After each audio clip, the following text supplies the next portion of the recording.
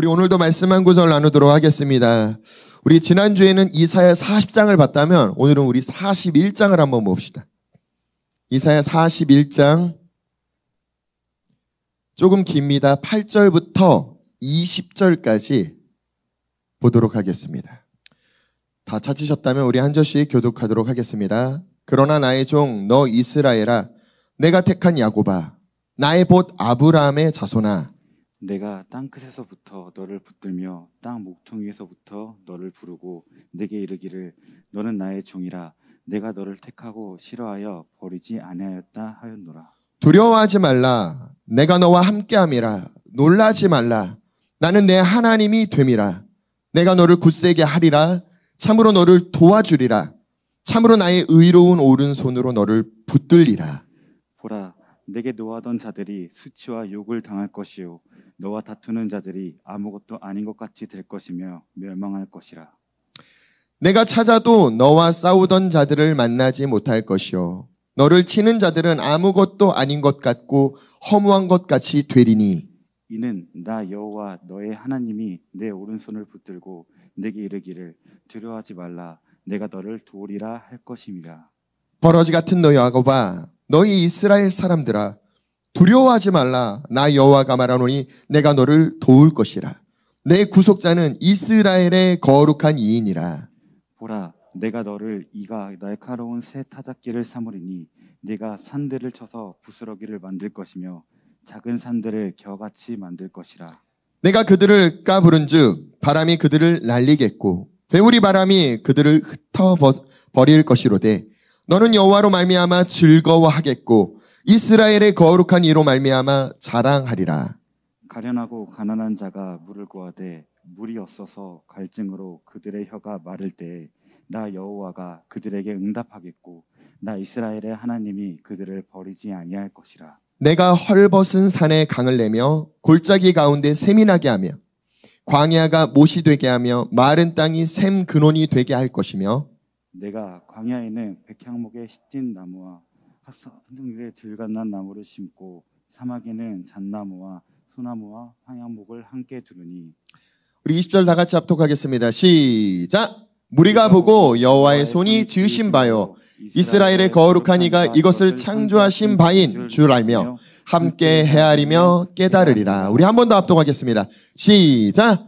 무리가 보고 여호와의 손이 지으신 바요 이스라엘의 거룩한 이가 이것을 창조하신 바인 줄을 알며 함께 헤아리며 깨달으리라. 아멘. 이사야가 총 몇 장으로 되어 있는지 혹시 아십니까? 예, 66장으로 되어 있어요. 성경은 몇 권으로 되어 있는지 아십니까? 66권으로 되어 있어요. 그래서 이 성경의 66권을 함축해서 딱 한 권으로 만든 게 이 이사야 말씀이라고 봐도 과언이 아닌 것 같아요. 굉장히 재미있는 건요, 구약 39권 그리고 그 전환점처럼 이사야에서도요 39장까지 뭔가 어둡고 자꾸 뭔가 책망하고 진노하고 이야기를 한다면 40장이 되면서부터 하나님이 희망에 대한 소망에 대한 말씀을 선포하시더라고요. 그들을 위로하시더라고요. 꽃은 시들어도 다 없어질 수도 있어. 근데 여호와의 말씀은 영원할 거야. 그 말씀 앞에 다시 정렬될 수 있도록 다시 소망을 주고 힘을 북돋아주는 그 장이 40장부터 시작이 돼요. 그러면서 41장에 어떤 내용이 등장합니까? 하나님이 우리의 어떤 무언가에 응답하시겠다라는 거예요. 그리고 굉장히 많이 등장하는 단어들이 두려워하지 말래요. 놀라지 말래요. 내가 널 도와주겠대요. 도와주겠다라는 의미가 뭘까요? 8절 말씀을 보시면요, 이렇게 표현하세요. 오늘 본문 41장 8절에 보시면요, 나의 종 너 이스라엘아, 내가 택한 야곱아, 또 나의 벗 아브라함의 자손아. 이 세 분류로 나누어서 한번 잘 들여다보세요. 우리를 뭐라고 표현합니까? 이스라엘아. 다시 표현할게요. 승리자야. 우리의 정체성 자체가 승리할 수밖에 없게끔 하나님의 형상, 하나님의 모양으로 하나님이 디자인했다라는 거예요. 근데 하나님이 우리를 다시 불러일으켜 세우는 그 위치는 어디입니까? 내가 택한 야곱아라고 표현하더라고요. 이 이스라엘 이름의 옛사람인 야곱을 지칭하세요. 속이는 자, 세상에 자기 수단과 방법으로 가득한 자. 근데 그 상황에서 하나님이 택해서 불렀다라는 거예요. 그리고 그에게 덧입혀주길 원하세요.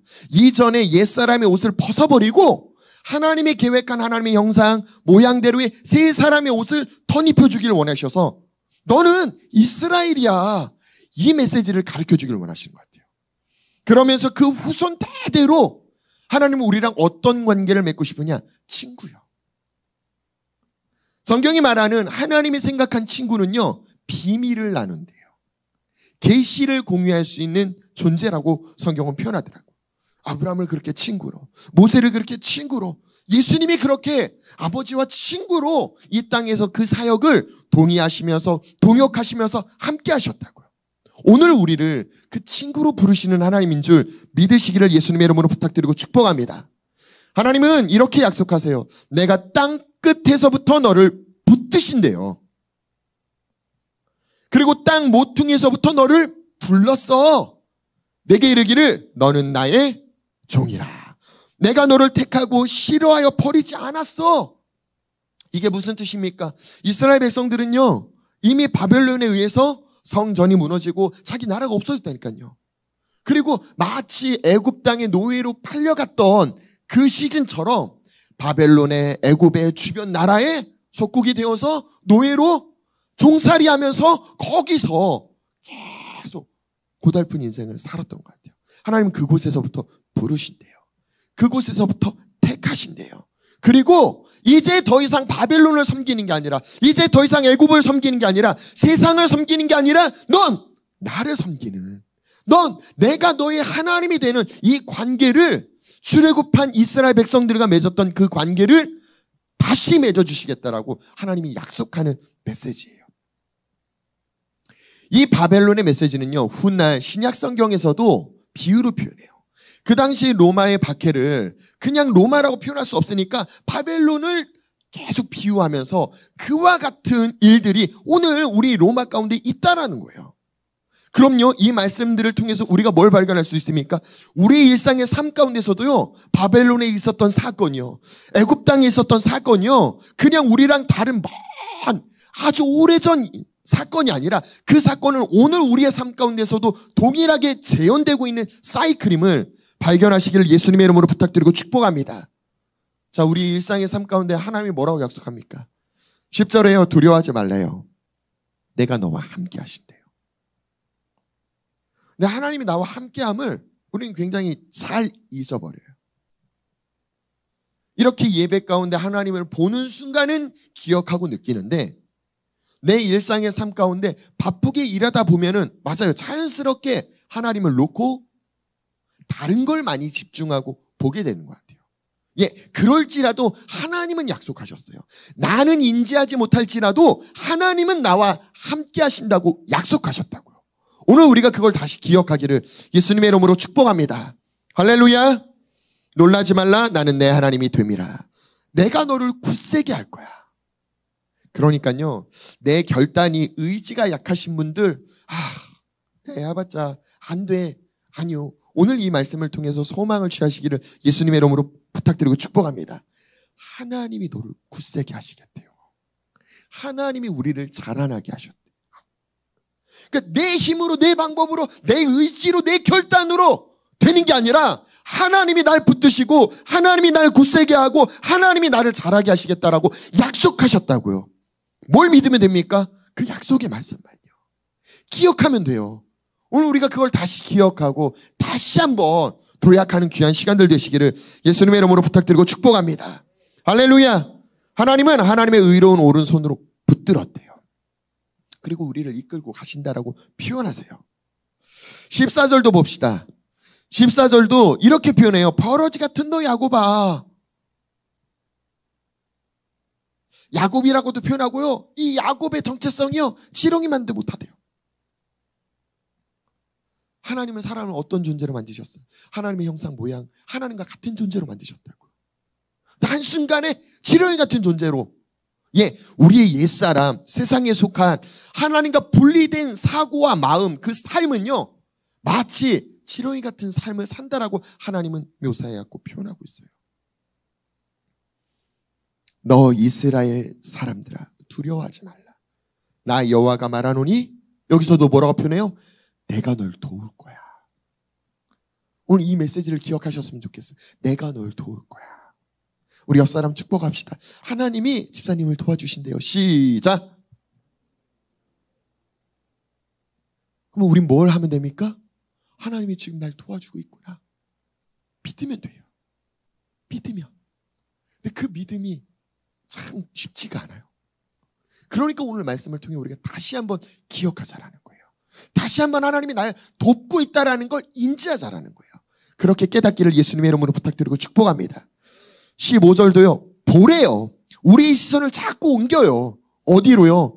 야곱에서 지렁이에서요. 이스라엘 위치로, 하나님의 형상 위치로 자꾸 보래요. 보라!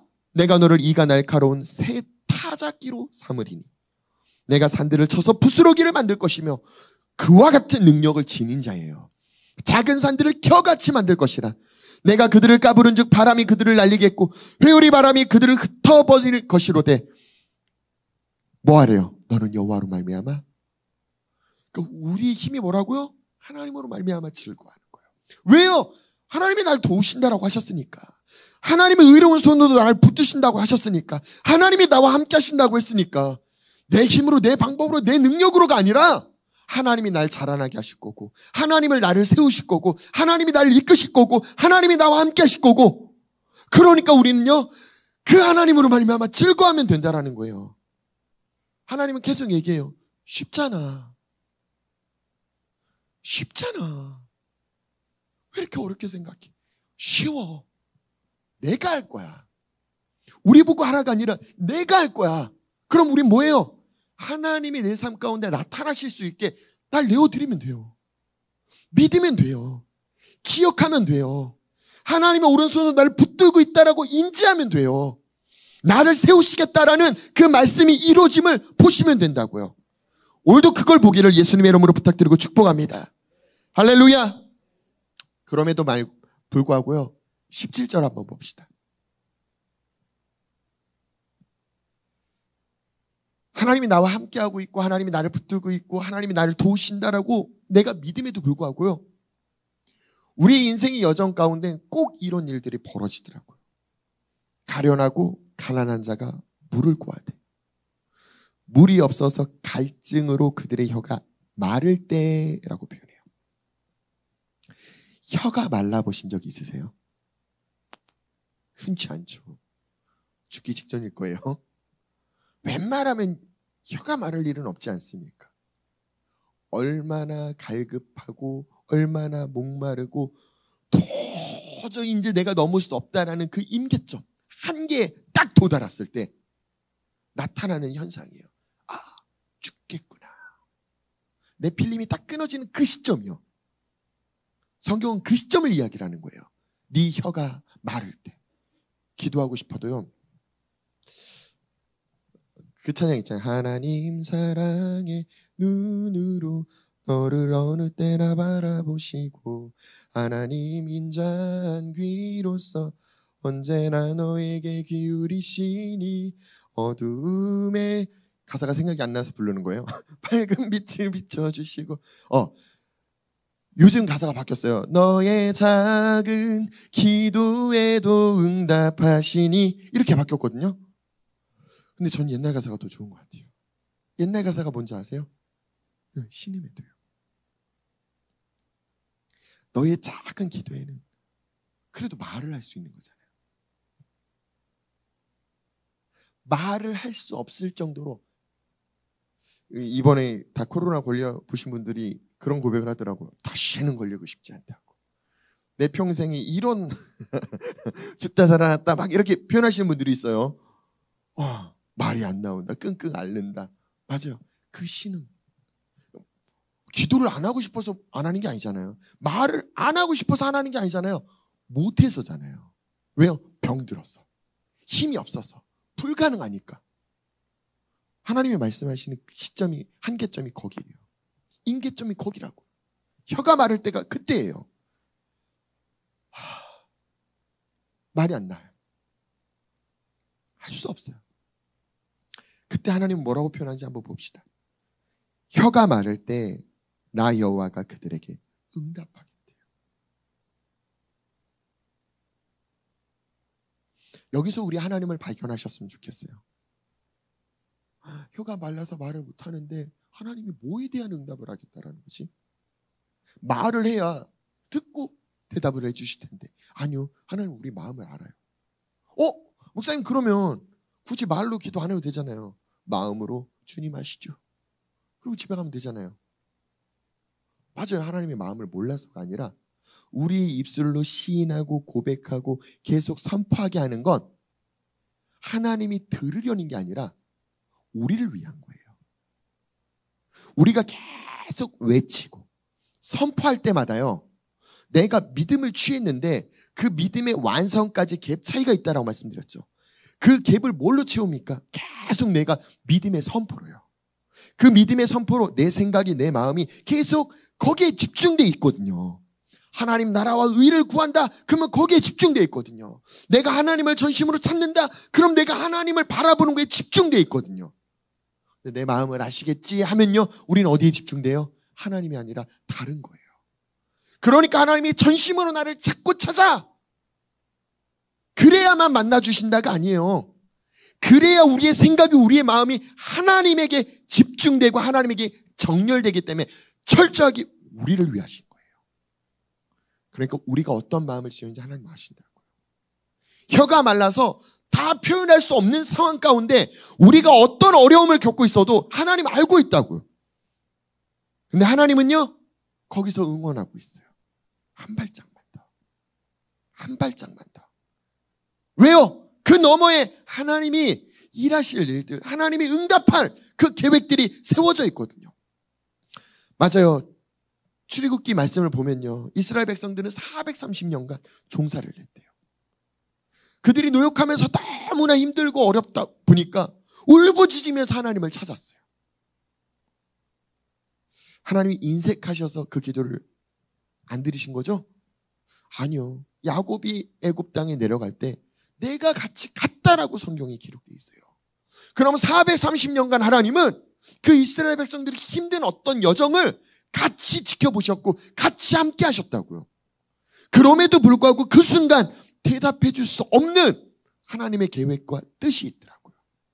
첫 번째는 하나님 뜻이 있고요. 두 번째는요, 그 과정을 통해 우리가 만들어져야 되는 미션이 담겨져 있어요.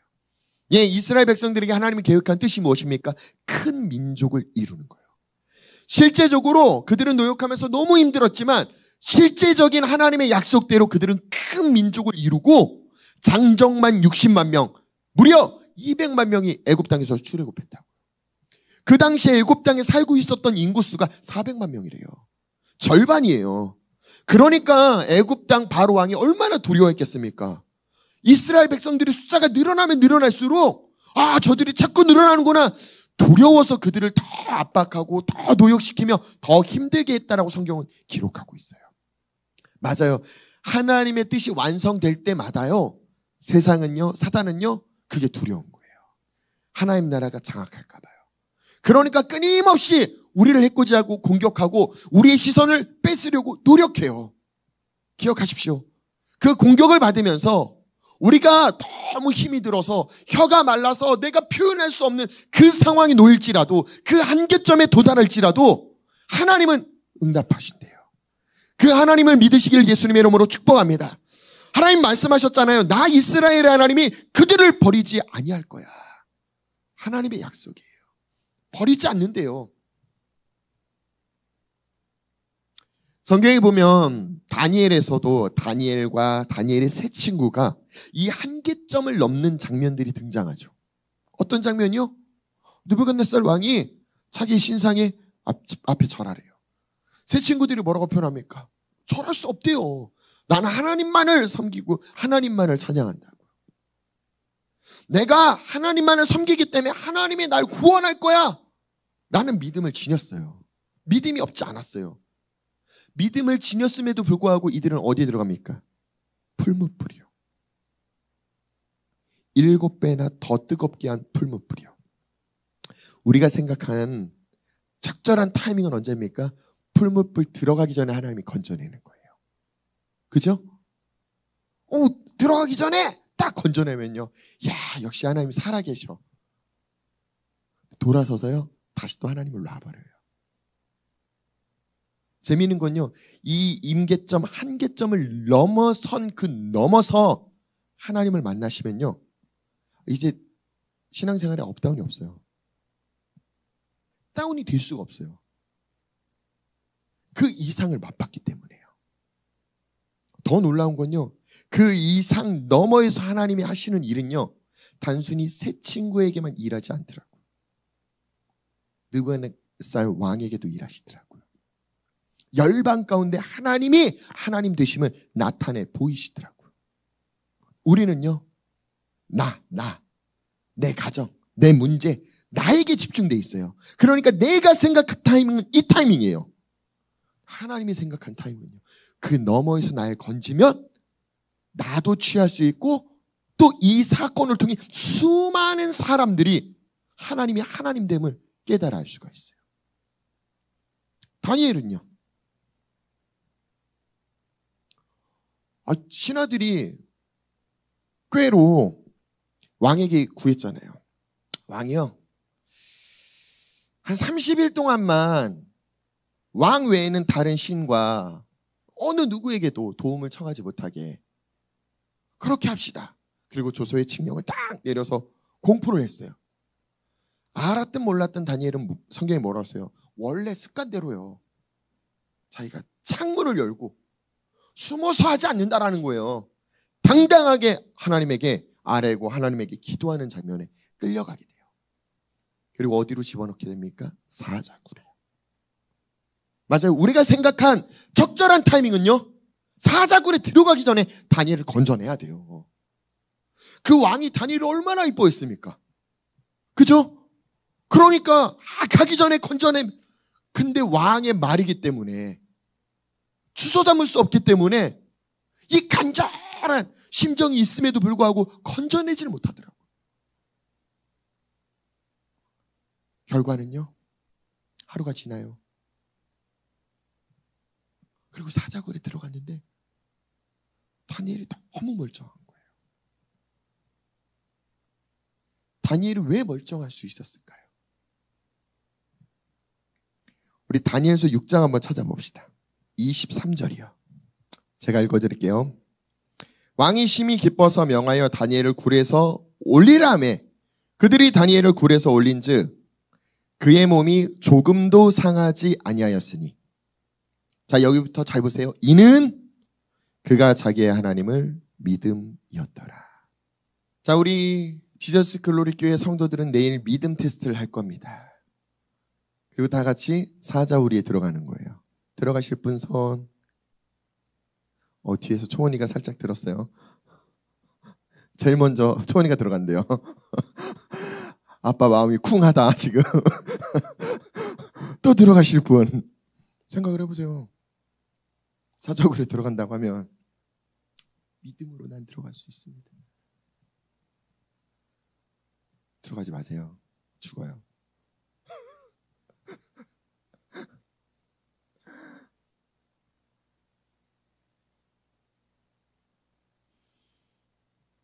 믿음은요, 어떤 사건에서 확 드러나는 게 아니고요.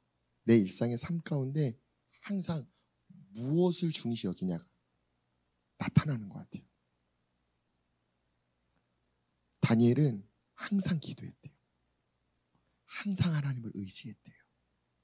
항상 하나님 앞에 구했어요. 성경 말씀을 듣고 우리가 공부했고 우리가 들은 게 있기 때문에요. 그런 상황에 순간적인 어떤 믿음으로 내가 사자굴에 죄송합니다. 죽으신다니까요. 우리 일상의 믿음이 나의 믿음이에요. 순간이 아니라. 다니엘이 살 수 있었던 건 이는 자기의 하나님을 믿기 때문이래요. 우리 이 하나님을 조금 더 신뢰해 보시지 않겠습니까? 하나님이 오늘 우리에게 약속하잖아요. 내가 널 붙들 거야. 내가 널 도울 거야.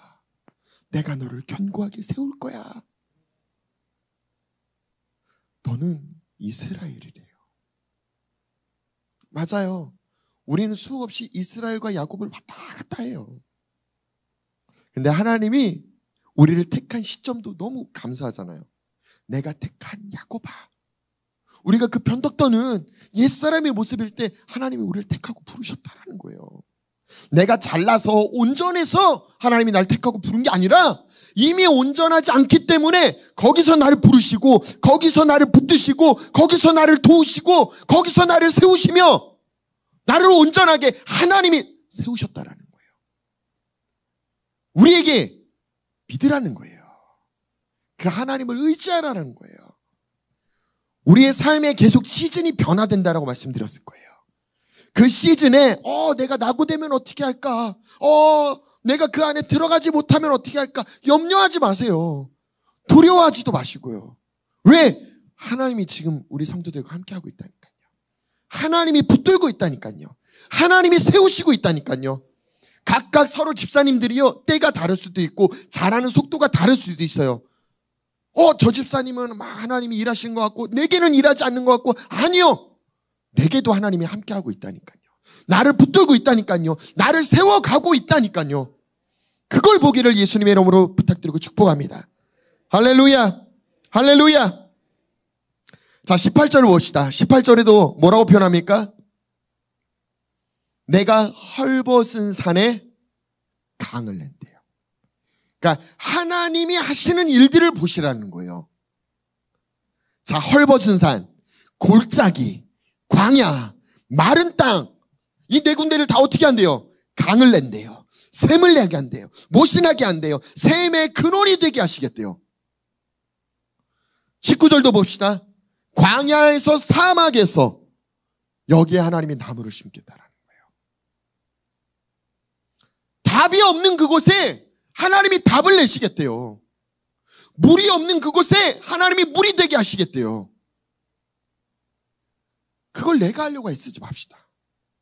내가 만드는 게 아니라 하나님이 하시는 일을 보라라는 거예요. 우리가 볼 수 있어야 된다라는 거예요. 20절에 명확하게 뭐라고 표현합니까? 무리가 보고 여호와의 손이 지으신 바다. 어느 특정 누구만이 아니라 무리가요. 모두가요. 하나님이 하신 일들을 보기를, 깨달아 알기를, 이스라엘의 거룩한 이가 이것을 창조하신 바인 줄을 알며 함께 헤아리며 깨달으리라.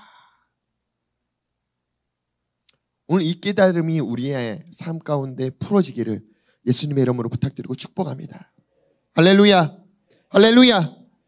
성경에 보면요, 아브라함도요, 신약 성경의 아브라함은 뭐라고 평가한다고요? 믿음의 사람이요. 근데 구약 성경의 아브라함을 보니까요, 믿음의 사람보다는 겁쟁이 같아요. 수없이 변덕을 떠는 사람 같아요. 믿음이라고는 찾아보기 좀 어려운 것 같아요. 그럼에도 불구하고요, 아브라함은 계속 하나님의 은혜를 입더라고요. 창세기 12장에서도 환경을 따라 그 땅에 기근이 있다 보니까 애굽 땅에 내려가죠. 거기서 다시 건져 올라올 수 있는 길이 무엇입니까? 하나님이 그를 끌고 올라오시잖아요. 아브라함이 한 게 뭐가 있습니까? 아내를 판 거, 현실에 타협한 거. 자, 우리 모습 같죠. 근데 거기서 좌절하시지 말라라는 거예요. 하나님이 끌고 올라오셨다라는 거예요. 은혜를 부으셨다라는 거예요. 은총을 부으셨다라는 거예요. 하나님의 목적이 있기 때문에 거기에 둘 수 없는 거예요. 믿음의 여정을 계속 걸어가야만 했다고요. 훗날 느헤미야에서는 아브라함을 이렇게 평가하더라고요. 우리 한번 찾아보면 좋겠습니다. 느헤미야 9장입니다. 7절, 8절을 한번 보도록 하겠습니다. 주는 하나님 여호와시라. 옛적에 아브라함을 택하시고 갈대아 우르에서 인도하여 내시고 아브라함이라는 이름을 주시고. 자, 8절에 뭐라고 써 있어요? 우리 성도들 읽어주세요. 시작. 그의 마음이 주 앞에서 충성됨을 보시고 그와 더불어 언약을 세우사. 스톱. 자, 하나님이 그와 언약을 세우시는 과정 가운데 그의 마음 가운데 무엇을 보셨대요? 충성됨을요. 믿음이요? 신실함이요? 믿음의 사람이 되는 과정 안에요. 아브라함의 충성됨은 도대체 무엇일까요? 자, 우리는 말씀을 쫓는다고요. 말씀이 떨어졌고 그 말씀이 믿어졌을 때 말씀에 정렬되는데 순식간에 그 말씀을 놔요. 그리고 현실에 내가 타협하면서 타협한다라고 생각하지도 않아요. 이 현실이 이게 마땅한 거야 라고 하고 선택을 하고 간다고요. 근데 이 선택한 과정에서요, 하나님 말씀이 아니야 이쪽이야 라고 이야기를 하면요, 우린 여기서 씨름을 해요. 왜요? 내 마음을 내려놓기가 너무 어려운 거죠. 아브라함은요, 겁쟁인 걸 인정하는 것 같아요. 자기가 할 수 없음을 인정하는 것 같아요. 여기서 하나님이 아니야 라고 하면 다시 일로 오는 마음인 것 같아요. 우리에게 계속 하나님의 말씀을 주시는 까닭은요, 그 말씀에 우리가 선택을 하셔야 돼요. 근데 우리는 그 말씀을 들어요, 깨달아 알매도 불구하고 선택하지 않아요. 하나님 앞에 충성되지 않아요. 군대 가면 경례 칭호가 충성이라는 단어가 있어요. 각 부대마다 조금씩 다르긴 하지만요. 충성! 외쳐요. 외치면서 뭘 합니까? 군대에서는 항상 얘기해요. 지금 우리 성도들에게 적용하라는 얘기가 아니에요. 군대에서라는 거예요. 세상에서. 생각하지 마. 시키는 대로 해.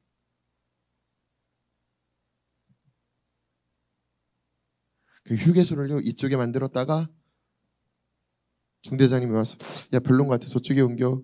그럼 삽질해갖고 다시 또 이쪽에 옮겨야 돼요. 근데 저녁에 갔더니 야 자기가 더 나은 것 같다. 그럼 어떻게 해야 돼요?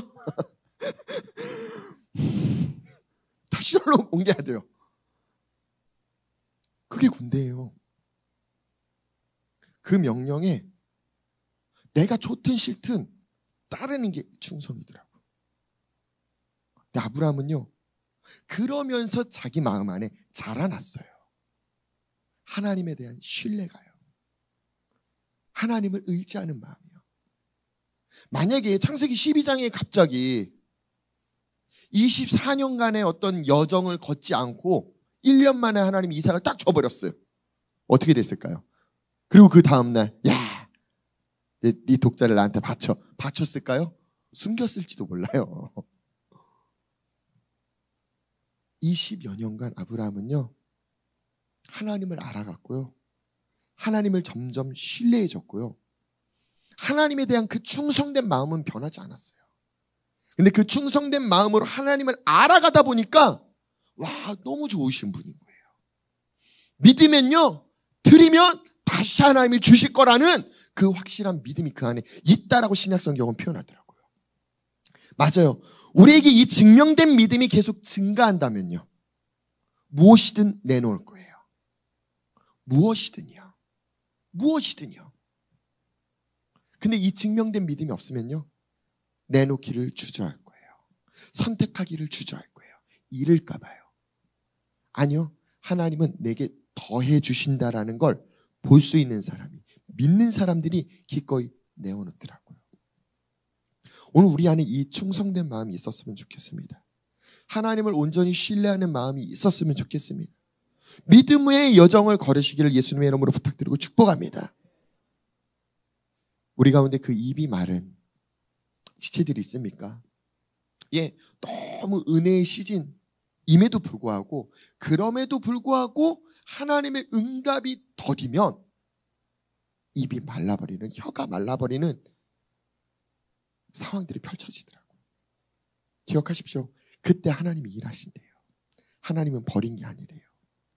우리 이 메시지를 조금 더 믿음으로 신뢰하시기를 예수님의 이름으로 축복합니다. 자, 우리 옆 사람 축복합시다. 우리 한계를 뛰어넘읍시다. 시작. 한 번 더 그 한계 넘어 주님을 만납시다. 시작. 아멘. 우리 같이 기도합시다.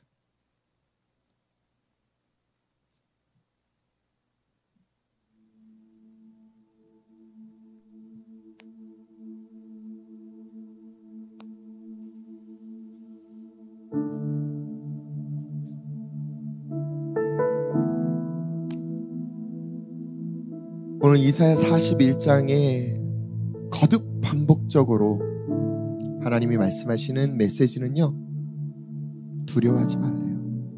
놀라지 말래요. 그리고 내가 너를 굳세게 할 거래요. 내가 너를 도와줄 거래요. 내 오른손으로 너를 붙들을 거래요.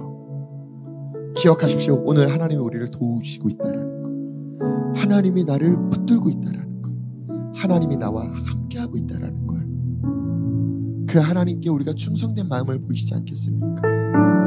그 하나님을 오늘도 신뢰하는 마음을 주께 보이지 않겠습니까? 우리 입술로 고백했으면 좋겠습니다. 주님, 혀가 마를지라도 난 주님을 신뢰합니다. 내 한계점에 도달할지라도 그 한계를 넘어 하나님이 하시는 일을 내가 믿음으로 보고 믿음으로 취합니다. 더 이상 야곱이 아니라 하나님이 말씀하신 이스라엘의 삶을 사는 우리가 될 수 있도록 하나님 역사하여 주시옵소서. 우리 같이 주여 한번 외치며 합심해서 통성으로 기도하며 나아갑시다. 주여